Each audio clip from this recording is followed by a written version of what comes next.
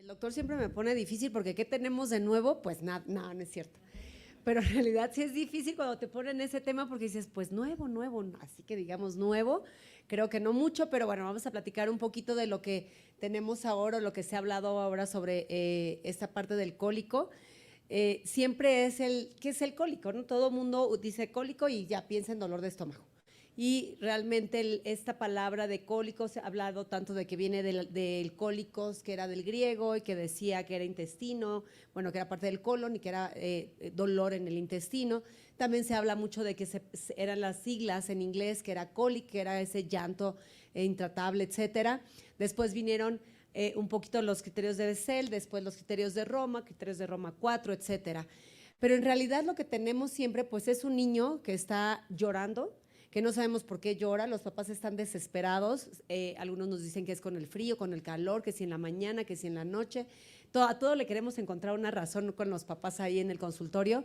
O sea, es que siempre lloran en las noches y entonces uno dice, es que es por el cambio de la luz, ¿no? Es lo primero que a uno se le ocurre y entonces ya los papás se van un poquito más tranquilos, pero en realidad, ¿qué es lo que sucede con ese niño que está llorando? ¿Qué es lo que tenemos? Actualmente me gustó algunos artículos que mencionan que más que un llanto por dolor abdominal, que era como la parte fácil de poder definir un cólico, era decir, bueno, es como un comportamiento de ese niño. Y al hablar de comportamiento, incluso parte de lo nuevo que se ha hablado, bueno, no tan nuevo, pero que se ha mencionado mucho es que hay que entender el temperamento de cada uno de los niños que nacen. Entonces, cuando uno tiene bebés, se da cuenta que verdaderamente cada niño nace con un chip. Hay el bebé que es calladito desde que nace, el que no para de moverse todo el día, y realmente ese temperamento va siendo el que nos va a ir marcando ciertos comportamientos. Sabemos que tiene que ser un menor de 5 meses, sabemos que son periodos que van a ser recurrentes de llantos, se habla mucho de las 3 horas al día, 3 días, anteriormente se hablaba que si 3 semanas, que si 3 meses, etcétera, pero en realidad es un llanto que la mamá no puede controlar. No te encontramos una causa y tampoco hay datos de alarma orgánicos o aparentes que nosotros estemos hablando. Se dice que es benigno, pero a mí me gusta ponerlo siempre en signos de interrogación, porque benigno ¿para quién? Porque una mamá y un papá y una abuela que oyen llorar al niño todo el día, creo que no es tan benigno porque los papás se terminan peleando, la abuela la termina golpeando a todos, se separan, se divorcian, etcétera, ¿no? Entonces, el benigno siempre queda como en esa duda de qué es benigno para cada persona. Lo que sí hay que platicar es un poquito acerca de lo que es el llanto en el mundo. Todos sabemos que existe una época de llanto que se refiere entre los 3 y 5 meses de edad, justamente, que es cuando los niños por naturaleza lloran más tiempo. También es muy curioso saber, por ejemplo, que en todo el Oriente, todo lo que es la parte asiática, los niños lloran menos tiempo, de acuerdo a algunos estudios que hay, que los niños del lado occidente. Y esto puede ser lógico en el sentido de que se habla que las técnicas de cuidado materno y cuidado paterno en Asia son mucho más lentas, por así decirlo, porque en Occidente todo el mundo corremos, el niño lo aventamos, sale por arriba, por abajo, y allá no, están muy apegados a las mamás, están mucho tiempo con la mamá, se trabaja mucho lo que es el piel con piel, se trabaja mucho pues de todo lo que son ahora los fulares, que me parece que aquí en Colombia también se llaman fulares, que son como el rebocito. Entonces, todo ese momento en que el niño los primeros meses de vida pasa pegado prácticamente a la mamá, se trabaja mucho más en estos países que lo que podría ser en Occidente, que sería una de las cosas que podría llamar la atención. Y entonces, bueno, siempre es importante ver cómo están los papás, ver cuál es el estado de ánimo del papá, cuáles son los estados emocionales de ambos. No es lo mismo una pareja en donde la mamá tiene 17 años y el papá tiene 18, o una pareja donde la mamá tiene 45 y el papá 50, creo que esos son los que más lloran. Entonces, realmente todo esto es parte de lo que vamos entendiendo como esa fisiopatología de lo que es el llanto. También, por ejemplo, las mamás que han estado en inseminación, o sea, hay un estudio muy interesante en donde los niños por inseminación, sobre todo en parejas que han tenido dificultad para tener al bebé, pues van a tener más llanto o sus llantos van a ser más prolongados que las familias que pueden tenerlos sin ninguna otra situación. Sabemos, por ejemplo, que se ha hablado mucho de ese desequilibrio en el sistema nervioso central, se habla mucho de lo que es la alimentación, También se hablaba mucho acerca de lo que era toda la parte gastrointestinal, la motilidad gastrointestinal. De hecho, forma parte pues, de lo que son los criterios de Roma dentro de estos trastornos del eje intestino-cerebro. Se habla mucho de si existe o no importancia en tolerar el alimento, tanto tolerancia intestinal como tolerancia inmunológica, y obviamente la inmadurez del niño, que también es una de las teorías que hablan acerca de esto. En esta imagen vale la pena resaltar cómo cada una de las capas del intestino puede estar involucrada. Una de lo que se habla mucho actualmente es cómo el niño que no tiene este cólico, el niño que no está dentro del grupo del cólico, se habla mucho acerca, por ejemplo, de que su microbiota está estabilizándose, hay mucha más diversidad de microbiota, se dice que hay mucho más bifidobacterios, mucho más lactobacilos que el niño que, por ejemplo, ya tiene una disbiosis o que se considera una microbiota diferente a estos. Se han encontrado muchos más gram negativos, se han encontrado muchos más bacteroidetes, y obviamente esta disbiosis se refiere a que son bacterias altamente productoras de gas. Un niño que tiene cólico, hay estudios que nos han marcado que tienen mucho más gas, o sea, ha presentado mucho más gas que en otros casos. Obviamente esa disbiosis o esa alteración se plantea que altera la permeabilidad intestinal, puede haber una parte de inflamación ya epitelial, y además empiezan ya interleucinas, sobre todo la interleucina 8, que se pueden ver involucradas en los niños que puedan tener cólico como parte de esta disbiosis. Y obviamente no podemos dejar fuera todo lo que estas interleucinas pueden trabajar dentro de lo que son las células inmunológicas, las células neurológicas, todo lo que es la parte neuronal del sistema digestivo, que obviamente se conecta hacia el sistema nervioso central y produce la irritación del paciente. Todo esto es como dentro de este grupo de lo que es la microbiota, o cómo la microbiota se está involucrando en lo que es la presencia del cólico del lactante. Volvemos a hablar, ya lo platicamos desde las 8 de la mañana, cómo todos estos 1000 días, 3000, 5000, etcétera, cómo van involucrándose dentro de lo que es la respuesta inflamatoria de un ser humano. Y entonces sí, por supuesto que todo lo que sucede en el embarazo, algunos factores que puedan estar alterados, obviamente los antibióticos vuelven a tomar un efecto importante, el tipo de alimentación. Bueno, ahorita vamos a hablar un poquito que el tipo de alimentación pareciera que no tiene gran diferencia. Es decir, el niño alimentado con leche materna puede ser que tenga menos cólico que el niño que está alimentado con fórmula.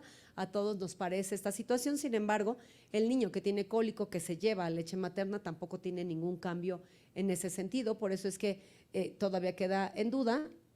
Y bueno, lo que sí es, por ejemplo, se ha hablado mucho, y otra de las teorías o algo de lo que está estudiándose actualmente, donde van a encontrar muchos más artículos novedosos, es sobre las bifidobacterias. Todos sabemos que la leche materna contiene estas bifidobacterias. También se menciona que el niño que nace por parto va a tener una mayor cantidad de bifidobacterias. Y algo que también es muy importante es que no todas las bifidobacterias son o pertenecen al grupo del intestino. Esto se ha observado que, bueno, los bebés, como habíamos dicho, que pudieran tener este cólico, también pudieran presentar una menor cantidad de estas bacterias. Porque es muy importante, porque ya vimos que las bifidobacterias van a ser dominantes en el niño sano frente a los bacteroidetes. También es importante saber que esta se va a ir reduciendo con la edad. Eso es parte del envejecimiento natural del ser humano. Así es que cuando nosotros hablamos del cólico del lactante, pues sabemos que su etiología vuelve a ser multifactorial, y tal vez cuando hablamos de multifactorial es porque realmente no sabemos qué es lo que lo provoca. Sabemos que hay muchísimas teorías, sabemos que existen muchas posibilidades, pero si supiéramos exactamente qué lo provoca, pues tendríamos un tratamiento fácilmente. Y lo que sí se ha visto, como decíamos, pues era esta alteración en todo lo que es la inflamación, la producción de gas, y obviamente esa alteración en la permeabilidad de la membrana intestinal que pudiera llevarnos justamente a la pérdida del estado de equilibrio en el intestino.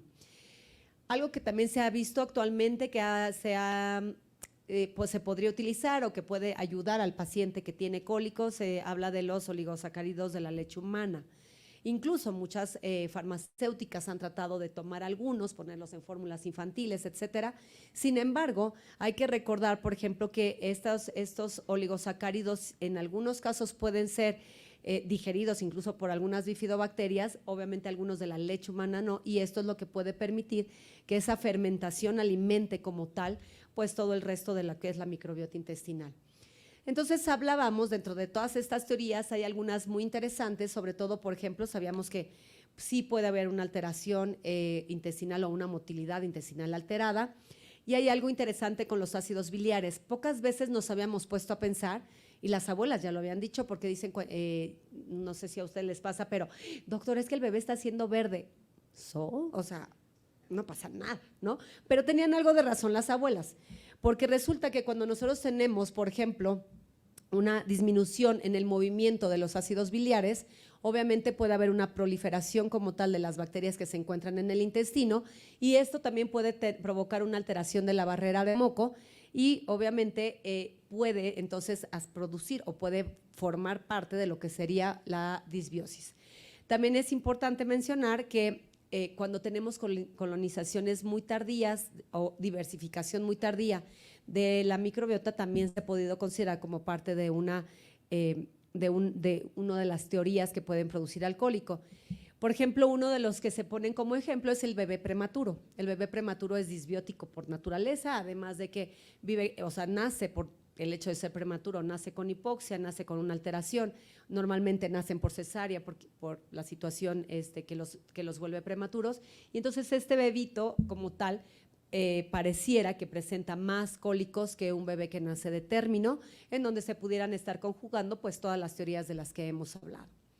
Entonces, el llanto excesivo de un bebé sabemos que puede ser por inmadurez digestiva, sabemos que puede ser inmadurez del sistema nervioso central, puede haber ansiedad en los padres, y creo que el plantear ansiedad de los padres y cuál es el mecanismo de respuesta de estrés de los padres, creo que ahora nos plantea o probablemente nos abre esa fase en donde, claro, en nuestras consultas del día a día, que tenemos 15 minutos para darla porque ya tenemos otros 30 allá afuera, a veces nos brincamos esta situación. Entonces, como siempre les marcamos a los residentes de pediatría, es bien importante que puedan hacer esa conexión con los padres y tratar de escuchar más allá de lo que les están diciendo. Es decir, escuchar entre líneas por qué vienen con esa angustia de que el bebé está llorando tanto, qué es lo que les lleva a que ellos también estén sumamente estresados, porque sabemos que eso también puede llevar a daño al bebé. Incluso se ha relacionado mucho este cólico con los niños,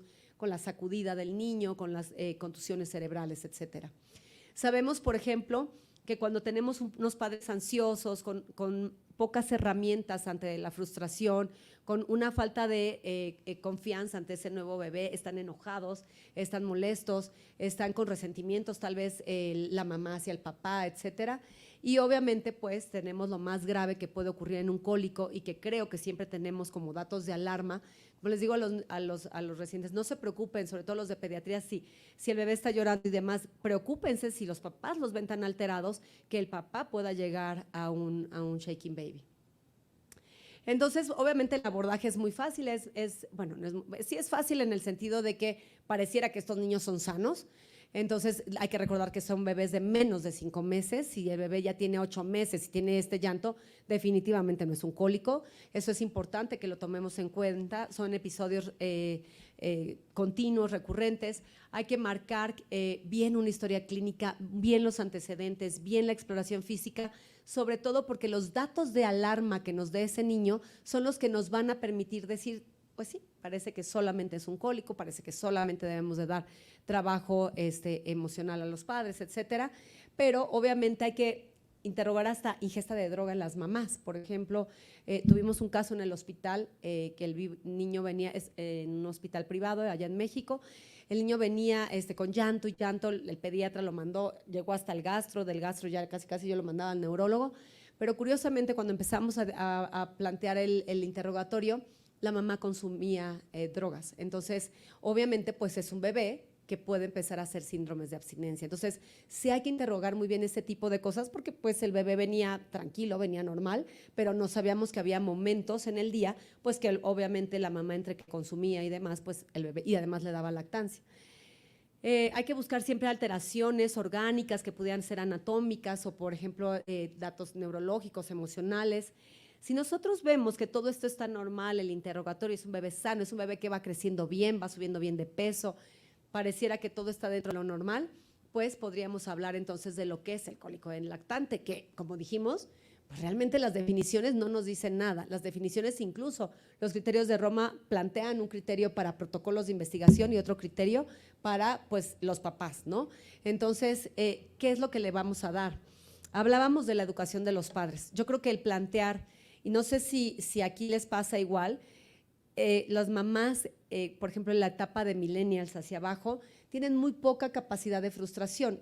Es parte, pues, de una generación en donde se ha trabajado mucho la autoestima y demás, que se nos pasa un poquito la mano, pero resulta que la mamá se enoja porque el bebé llora. Entonces, yo creo que el preparar a una mamá embarazada, el recibir a un bebé en donde no va a estar pintada, peinada, y con la bata así blanca y aquí el bebé en una mecedora y así todos tranquilos, eso no existe, ¿no? O sea, en realidad los primeros 3 meses de vida es un cambio total, radical para la pareja, un cambio radical para la mamá, un bebé que ni nosotros, es más, yo cuando me dieron a la primera, yo decía, ay Diosito, ¿y esta es cómo se come, no? O sea, ¿dónde está el instructivo y dónde se apaga? Entonces, todo esto creo que modificar, por ejemplo, el ambiente, las mamás, a mí me llama la atención que me llega una paciente por una probable alergia, la recibo, eran principios de, bueno, como mediados de diciembre, y entonces me dice, bueno, doctora, pero tiene que dejar de llorar, porque yo ya tenía un viaje planeado para Navidad y lo voy a dejar con mi suegra. Entonces, como que dices, achis. O sea, estoy de acuerdo que haya sido un viaje planeado hace un año y chin, me embaracé y pues ya, pero ya pasaron 9 meses en donde tuvimos que haber entendido que o me lo llevo, o sea, ¿cómo puede ser que sea tan sencillo dejar durante 15 días a un bebé de un mes de vida? Entonces, cuando se plantean este tipo de cosas las mamás, uno entiende que los cursos profilácticos tienen que hablar de herramientas de frustración. O sea, creo que más de todo lo demás hay que plantear que la vida o la rutina de una mamá va a cambiar 100%, la rutina de la familia va a cambiar 100%, y pues es lógico que no puedan ir a las fiestas o no puedan ir de viaje, y eso a los papás no les está convenciendo muy bien. Obviamente hay que enseñarlos a contener a un bebé. También es que como ahora no se deben de amarrar a los bebés, bueno, no se deben así apretar, entonces los dejan ahí en las cunitas, y entonces esto provoca que nos lleva a situaciones en donde sí hay que contener a un bebé. ¿Cómo se contiene un bebé? A veces el enseñarles a hacerlos rollito, al hacerlos, pegarlos al cuerpo de la mamá, pegarlos a la piel, ponerles en un ambiente más cálido, empezar a hacerles, a mecerlos, empezar a hacerles sonidos sordos, controlar la temperatura del bebé, puede ser lo que necesitan. Y lo que nos sucede mucho, y nos llegan muchos pacientes por reflujo gastroesofágico, y es una mala técnica de la alimentación, en donde el bebé llora, a la mamá le dijeron pégueselo cada vez que llora, y entonces el bebé empieza a tener alimentación excesiva, empieza a tener regurgitaciones excesivas, el bebé llora todo el día, vomita todo el día, y la mamá desesperada. Y nos llega, les digo, incluso a los gastroenterólogos allá en México, muchísimos bebés por reflujo, que en realidad es que, bueno, el bebé llora porque quiere llorar y hay que contenerlo, pero nadie le enseñó a los papás a contenerlos. Como les decía, en cuanto a la alimentación, se considera mucho que la succión es igual, o sea, es decir, el niño succiona porque tiene hambre. El niño llora y tiene hambre, entonces yo me lo pego a algo y si succiona es que tiene hambre. Y lo que se ha demostrado es que, aunque existen las controversias, el uso de un chupón, por ejemplo, sobre todo en los primeros 4 o 5 meses de vida, puede disminuir y puede lograr o ayudar a tener la contención del bebé. Lo que es muy importante es mencionarles que una vez que han pasado estos primeros 6 meses de vida, el chupón debe de desaparecer totalmente.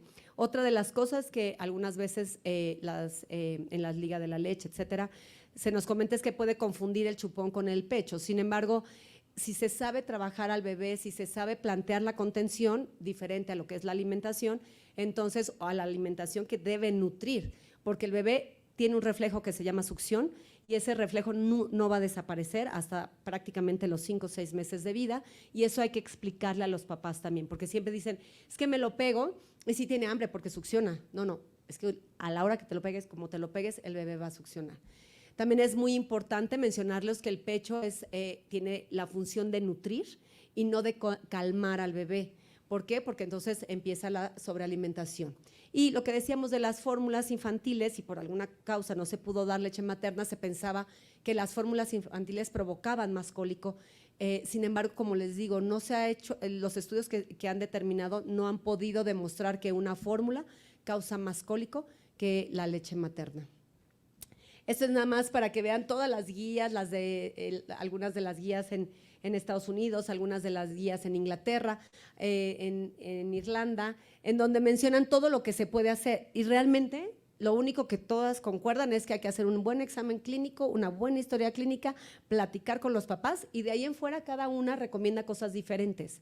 Y entonces, ¿por qué sucede eso? Pues porque lo que mencionábamos, ¿no? Es decir, cambiar la fórmula sin lactosa o con proteína hidrolizada, nada de eso realmente ha demostrado que quite o que mejore el estado del paciente. ¿Qué sucede con algunos de los tratamientos de medicamentos? Por ejemplo, en algunos estudios ya tienen muchos años con la diciclomina, que se había dicho que podía servir, sin embargo, hay que recordar que en los niños menores de 3 años no puede ser utilizada, por lo tanto, pues no es un tratamiento adecuado. La dimeticona, a veces fue mejor el placebo que la dimeticona, existe uno de los artículos que menciona lo mismo, por lo tanto, es que estos efectos contradictorios, pues no lo ponen en un punto en donde de verdad pueda ayudarnos a darlos. Lo que se habló un poquito de las fórmulas hidrolizadas es que podrían ayudar, sin embargo, solamente fue eficaz en aproximadamente el 20% de los niños, de acuerdo a algunos estudios, no todos son ensayos clínicos controlados. Por ejemplo, algunos test o infusiones definitivamente podían mejorar, pero esto habla de la cantidad que tendrían que haber tomado, pues es totalmente, no es funcional, no pueden darse grandes volúmenes de estas infusiones, por lo tanto no es práctico y no está indicado. La eliminación de lactosa no se ha visto o no ha tenido un estudio en donde compruebe que pueda ayudar. Los probióticos, aunque todavía hay mucha variabilidad entre cepas, parecería que sí, pero tienen que estar alimentados a leche materna, etcétera.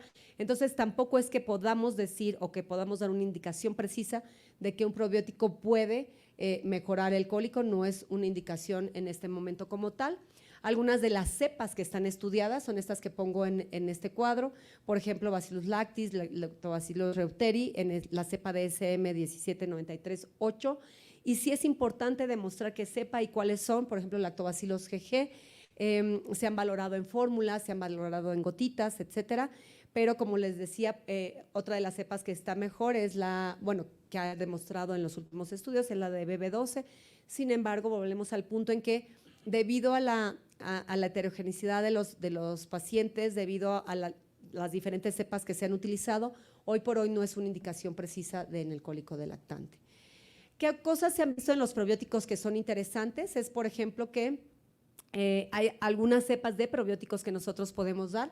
Algunos de los lactobacilos, por ejemplo, producen mucho gas, entonces tendríamos que valorar que a lo mejor, no sé si les ha pasado, pero algunas veces cuando iniciamos algún probiótico, los pacientes dicen, ay doctora, pero ahora tiene muchísimo gas, y eso podría empeorar el cólico. Entonces también tendríamos que valorar qué cepas son productoras de gas, cuáles cepas no son productoras de gas, y eso nos podría ayudar bastante. Así pues, que ya vimos que el cólico infantil sí es una entidad muy frecuente, creo que afecta de forma importante a la calidad de vida. Sí hay estudios donde mencionan que la calidad de vida de las familias con un bebé que llora todo el tiempo se agrava o se pone complicado.